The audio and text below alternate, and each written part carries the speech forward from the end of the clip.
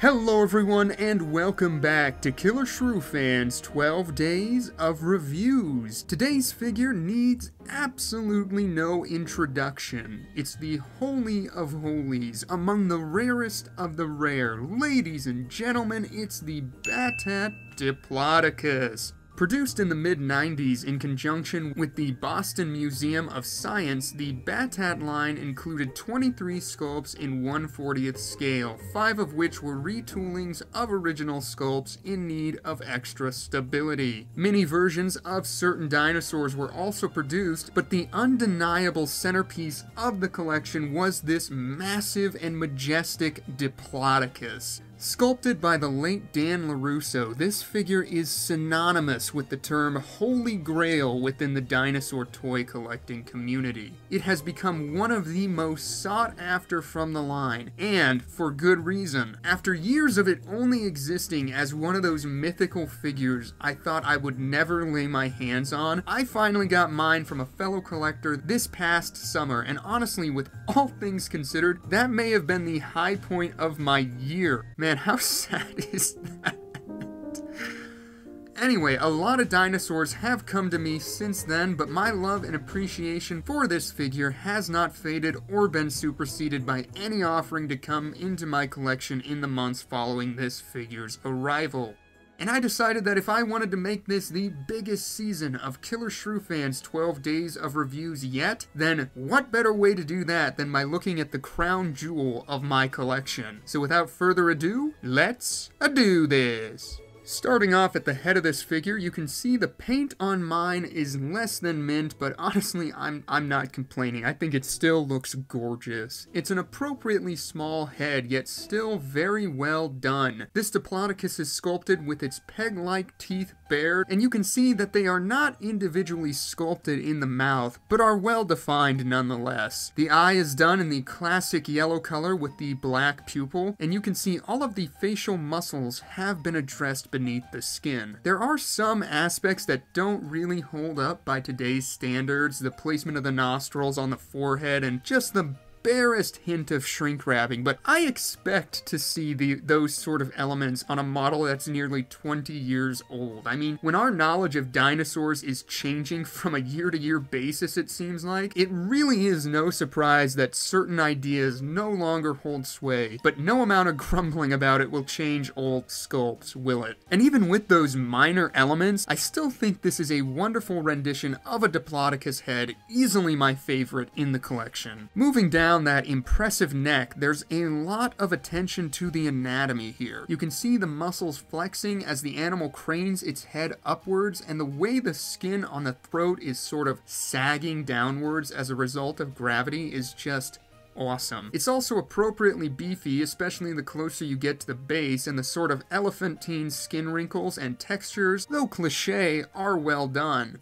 I'm particularly fond of the skin details around the shoulder as it stretches up and into the neck. You can see the bulging muscles over the scapula there, and the wrinkles down around the armpit, gut, and thigh are impeccably done. The trunk of the tail looks very well muscled as well, and you can see that all of that crosshatch leathery skin texture continues all the way down to the tip of the tail. Unfortunately, the very tip of mine is missing, but it's no huge deal. That kind of puts me in mind of Dinosaur Revolution, you know? But yeah, the sculptural forms on this thing are awesome. It all looks like how you would expect a massive body to move as it strains to lift itself off the ground, and the texture, though not mind-blowing, is still lifelike in its presentation. Here's another good look at that neck for you. I love the sort of boxy quality to this thing and how it swells as we move down the throat into those rippling pecs before we get a good look at those massive biceps and forearms. The wrinkling around the chest is also very well handled, and you can see the feet of this Diplodocus bear the appropriate single thumb claw while the other digits remain encased. Yeah, the musculature in these arms is just so impressive. It really looks like a powerhouse of an animal, and the folds of skin around the shoulders and wrists looks great. Here's a nice look at those sauropod front feet in case you didn't get your fill, and I know it may kinda look like the nails have been painted on, but trust me, that's just paint wear on mine. These feet are super well done and hold up wonderfully. The back feet are also properly sculpted with the 3 claws in the crescent shape. I should mention the claws are not painted separately, a lot like Mattel's creations, if you will, which is a bit of a bummer, but the anatomy and detail work on these back legs is very well handled, just like the front limbs. The calves and thighs look incredibly powerful as they take on the weight of this animal, and the wrinkles around the kneecaps are beautifully sculpted. Moving along the underbelly, you can see all of the wrinkle textures are present down here as well. I'm particularly fond of how the skin around the gut is being pulled as the creature rears its body upwards. That's a lovely treatment, and you can also see that this Diplodocus has got a cloaca. The only Battat dinosaur sculpt to my knowledge to include that specific detail. I don't know, I'm not going around to my Battats and lifting them up and looking and keeping like a little clipboard to make sure, you know, it's just, this is the first one that stood out to me as having that. And yeah, that's a good point to make. Aside from some very minor things, like many of the Battat dinosaurs, this Diplodocus holds up remarkably well despite its age, and that makes the sculpture even more commendable to me. You have products coming out in 2020 when all of the research is just at our fingertips that don't fare this well in terms of accuracy. Dan LaRusso really was an incredible paleo artist who did his due diligence when making these things, and that's why these go down in history as being some of the most sought after figures within dinosaur collecting, while others are just lost to time. So yeah, passionate tangent aside, the sculpt work on this thing is awesome, especially when you look at it as a whole. You can really see the foresight that went into designing this piece. All of the muscle tones and pulling skin perfectly sells the movement of this pose. Speaking of which, let's talk about that, shall we? I don't know how practical it may be, but the imagery of a rearing sauropod is something I will always look at with awe. There's something about how majestic and powerful a creature of this size would look in a stance like this that is so awe-inspiring to me, and this figure has pulled it off perfectly. This Diplodocus is reared back on its hind legs as its tail curls down around and back up behind it. The front legs are sort of bicycling in the air, perhaps kicking out in a defensive stance or leaning up against the trunk of a tree as the Diplodocus browses with its head held way up high. And that's what I like about the partially open mouth too. It works on a couple levels. It could either be browsing or perhaps issuing some sort of sound as it attempts to ward off a predator. So yeah, I think this is a dope multi-purpose pose which gives this model a lot of great presence on the shelf. I mean, you just can't help but notice the thing. It's been replicated many times throughout the past by everyone from Safari and Collecta and even PNSO, but I feel like none of those poses have done as good a job in conveying this type of movement. With all of those figures, either the details or the sculpts aren't convincing enough, or they just look stiff in their posture, which is something this model avoids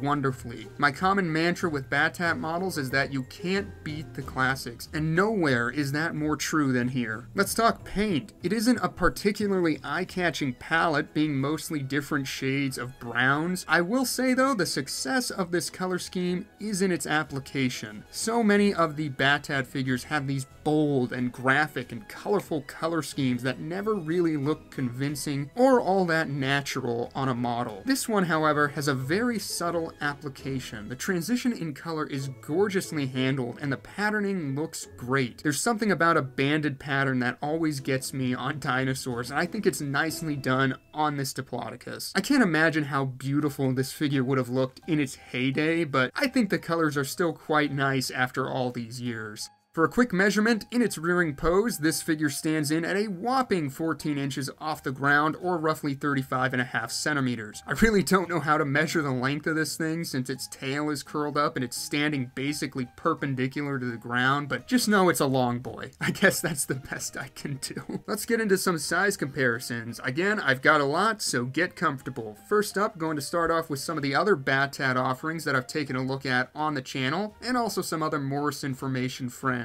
So in that regard, we've got the Battat Triceratops, followed by the misguided Battat Stegosaurus. Then we've got the Ceratosaurus, another friend from the Jurassic. And finally, there it is with the Battat Tyrannosaurus Rex.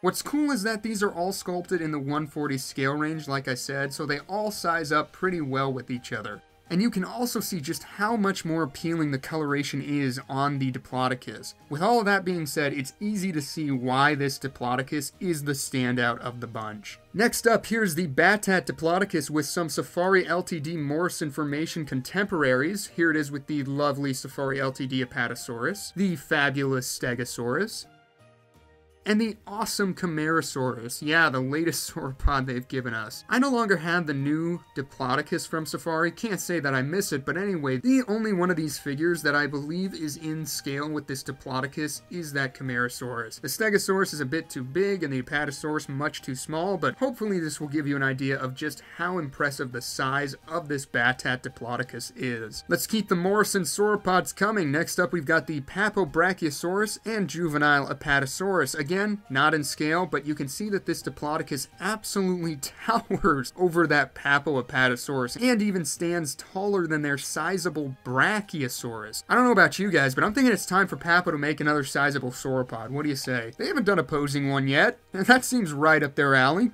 Get to it. And next up, we've got the Carnegie Brachiosaurus, again, not in scale. And then there's the Carnegie Diplodocus, which seems to fare a little better in terms of scale. And you know, those are both big, beautiful sauropod figures, among the best in my collection, really, but neither of them can hold a candle to this beautiful Diplodocus, both in terms of size and appeal. And then here it is with the Rebor Stegosaurus, the mountain variant, and no, these two aren't even close to being in scale, but if you use your imagination, you could pretend it's a subadult Diplodocus that's been startled by a grouchy old adult Stegosaurus. You can even give them voices and distinct characteristics, and oh my god, I've lost my mind! Now let's bring in some of the other rearing figures in my collection. The most striking choice is the PNSO Euhelopus, and you can see that that massive figure stands even taller than the Battat Diplodocus, and pushes the limits of my review space. But if I'm being honest, the size is the only thing that PNSO figure has on this Diplodocus. The pose is just so stiff and not nearly as well done, and that's before we even mention the emaciated elements of it. Then here it is with the little rearing Safari Ltd Apatosaurus, which came right on the heels of this Battat Diplodocus, I feel like, and you can see it is absolutely dwarfed by these two big boys. It's like the little kid trying to act all cool so it can hang out with the big kids at recess. I don't have either of the collector rearing sauropods in my collection, the Diplodocus or Jobaria, but I have seen both of them, and I can stand by what I said earlier about how this is far and away the best example of a rearing sauropod in model form.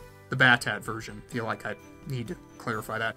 And for a final sauropod comparison, here it is with last year's Eofauna Allosaurus, and I wanted to bring that figure in because A, it's gorgeous and could never be on camera enough, and B, because it's also in that 1/40th scale range, so these figures actually size up quite nicely with one another. Now that I have a better understanding of it, I'm beginning to see the appeal of only collecting in a certain scale. I'll never do it, because that would mean I'd have to get rid of a ton of stuff, but I can see the appeal. You didn't think I'd skip out on carnivores, did you? I had to bring in some Allosaurus figures. First up, the 2019 Safari Ltd Allosaurus, and this puts me in mind of the Ballad of Big Al. Yeah, you know the scene, the one where all the Allosaurus are running through the herd of Diplodocus and causing a ruckus. Love that sequence. These two aren't really in scale, but if you imagine the Diplodocus as a smaller specimen, then I guess it could still work. They're pretty close. And then I'll bring in the Nanmu Allosaurus, a spectacular but certainly huge offering of the species when compared to this Battat Diplodocus. That being said, their active poses really play off of each other well, and so I like to keep them near each other on my desk and imagine a fully grown Allosaurus attacking a young Diplodocus that's doing its best to defend itself. Sure, their styles are night and day, but they still play off of each other quite well because of how active they look. Hopefully there was a comparison and all of that that helps give you an idea of the size you can expect from this Diplodocus. Again, I've reviewed a lot of these on the channel. Links will be down below if you're curious to see more. And that was the Battat Diplodocus.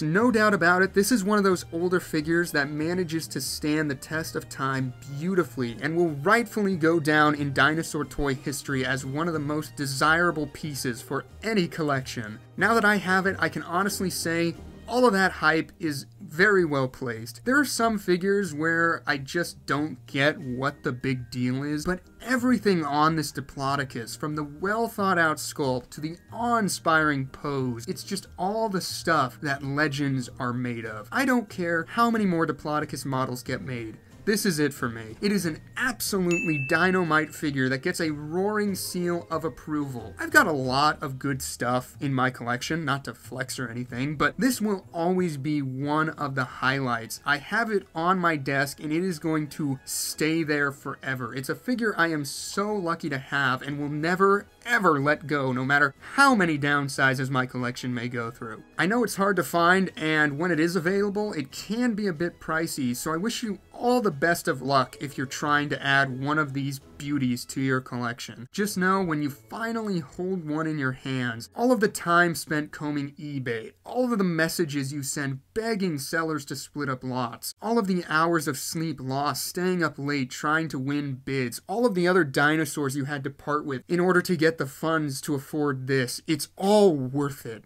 It certainly was for me. As always, I want to know what you guys think of this figure. Are you one of the lucky few to own it? What dinosaur model is your holy grail, and what is the crown jewel of your collection? Hit me with all your thoughts in the comments section down below, and as always, thank you all so much for tuning in to today's episode of Killershrewfan's 12 Days of Reviews. I hope you enjoyed it, and I hope to see you again tomorrow when I'll be taking a look at a company that's new to the channel. Until then, take care out there, and bye-bye.